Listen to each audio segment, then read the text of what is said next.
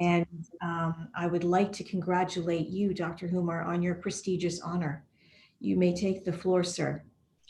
Thank you, Sujata, for that kind introduction. I'm greatly thankful to Indo-Canadian Community Centre and to its executive board for organizing this felicitation meeting. I know how much time and effort it takes to organize something like this. My special thanks to Mr. Kamal Talwar, the president of ICCC, for his tireless work, his patience and perseverance in organizing this thing. I also owe a deep sense of gratitude to all of the honored guests and speakers who took time to attend and offered such remarkable, kind words. I am grateful to Mr. Chandra Arya for his presence and his kind words. We have been friends for a long time and we have served together on many community organizations. I owe a debt of gratitude to His Excellency, Mr. Ajay Bisaria, the High Commissioner of India. As I said, twice in 2 weeks, he has offered me such kind words that I don't have words to express my gratitude to. The warmth and kindness of Dr. Roseanne Rante is something I value a lot. During her 10 years as the president of Carleton University, we received a lot of support from her. It was her visionary outlook that allowed us to bring the statue of Mahatma Gandhi to Carleton University. It's also her inspiration that we set together an endowment lecture in the name of Gandhi every year. So thank you very much, Dr. Rante. Dr. Bacon, the current president, and his kind words that he offered, I am deeply indebted to him and that he continues to support us. I also thank Dr. Rubram, a colleague in the Faculty of Engineering, and subsequently the Dean and the Vice President, Research at Carleton. My former and present colleagues at Carleton, Dr. Salvadorai, Dr. Kumar, and Dr. Bangil, are personal friends and have enriched my life with their warmth and support. I'm thankful to Dr. Valali for her kind words. She shares my interest in Jain faith and its values, and has even found something useful in my songs of worship. So when earlier in November, I was advised by a phone call from the Governor General's office that I had been appointed as a member of the Order of Canada, I was filled with awe and deep sense of humility at being included among the giants of Canadian society in so many different fields of endeavor. The overwhelming expression of best wishes and congratulations from colleagues that followed soon after was very heartwarming. The affection and love that I found in those expressions touched my heart as nothing else had done in many years. I do not have words enough to thank all the friends and family who reached out to me.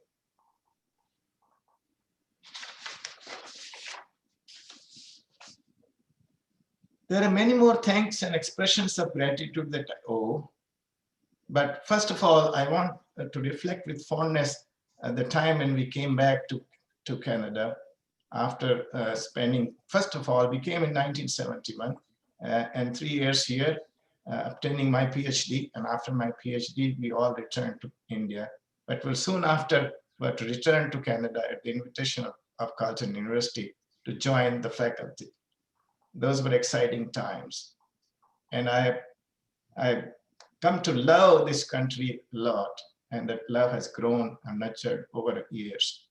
I reflect on those days when we came back to Canada, and I talk of immigrants, and I have some endearing stories that I still remember and recall. There is this family of immigrants coming down. One gentleman who is the leader or the head of this family, he's been asked to fill so many forms at the border. And so one question comes to him, and he tells, what's the marital status? And he writes without hesitation, below wife. I know of another gentleman who is coming to Canada for the first time as an immigrant, and a friend is there on the airport to receive him. And he finds that he has no bags. So he asked him, why didn't you pick your bags? And the new immigrant says, well, on the way, I was joined by a gentleman seated by my side, and he told me about Canada and about all of the great authors of Indian heritage who had settled in Canada. And one of them is an award-winning author called Neil Bisondath. And he writes a book of fiction for which he has received the Governor General's Award, Selling Illusions. And in it, he advises the immigrants not to bring any baggage from their home country. So I didn't pick my bags. Those are some endearing stories that I have read about and heard about the immigrants.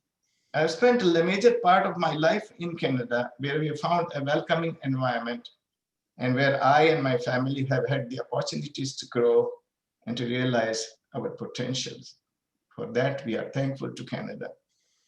I have a deep sense of gratitude for Carleton, my home for 45 years, that provided me the opportunity to contribute in my own modest way to this country, as well as to interact with young students aspiring to learn and to make their own mark in the society. Last but not the least, I am indebted to my family. Yash has stood by my side over our long journey together, nurturing the family and raising 3 children into their adulthood. She is the more popular among our friends. So many called and congratulated her on receiving the order. And her response was, I do not take orders, I only give them. Our 3 offsprings and their spouses have made their own mark in the society, as Deepali mentioned. When asked, Canada has given you so much, what have you given in return? My response is that we have given 3 offsprings who are at the forefront of their profession and serve Canada and indeed the world.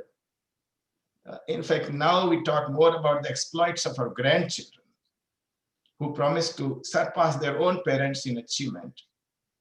In fact, in our family, 7 are at the forefront of medical care. 6 of them have already received the corona vaccine, as you can imagine. And 3 of those who have received the corona vaccine are our grandchildren. They are now growing up, and it's indeed our delight. In fact, I sometimes see the meaning in the saying, I know there was such joy in grandkids, I would have had them before my children. Some of them have grown up now, and when they were comparatively younger, they used to produce caricatures based on some Canadian humor that I used to recall or relate at social gatherings or during some MC duties I was going to do. So I'll share one with you, a very short one, and I'll conclude with that. But just to my last remark, ladies and gentlemen, thank you very much for being present today. We value your presence and you're encouraged very much. And all the kind words that we have heard today, I didn't know I had so many qualities. So I've been enlightened as well. But let me share my screen and play this short video.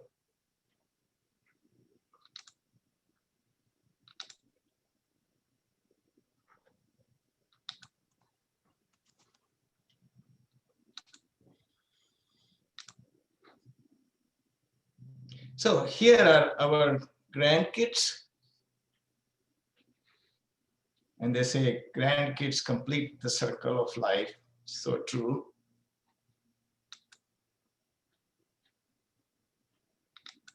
This one is about a caricature of creationists.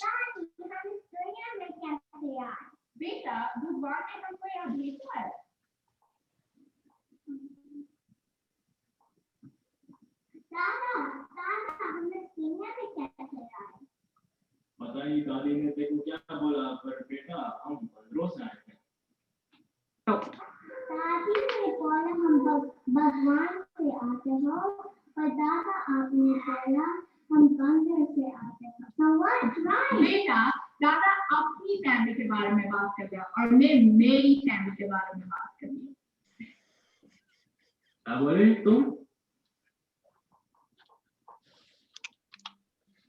Thank you once again for your kindness. Thanks to the ICCC and to all of the organizers, particularly Mr. Sukhija, Mr. Anil Agarwal, and Mr. Ken Talwar. Thanks. Thank you, Dr. Humar. Once again, I think one of the things that you've displayed is not only your ability to contribute, but displaying your humility as probably your greatest attributes, and probably something that you've passed on to your children and grandchildren, which will hold them in good stead. Because that at the end of the day is probably the most important thing to success, is not necessarily just your academic career and doing well in life, but showing humility, which clearly you have demonstrated over your lifetime. And we wish you continued success as you move ahead in your retirement, but also your contributions to society. So thank you once again. We're almost at the end of our event, but before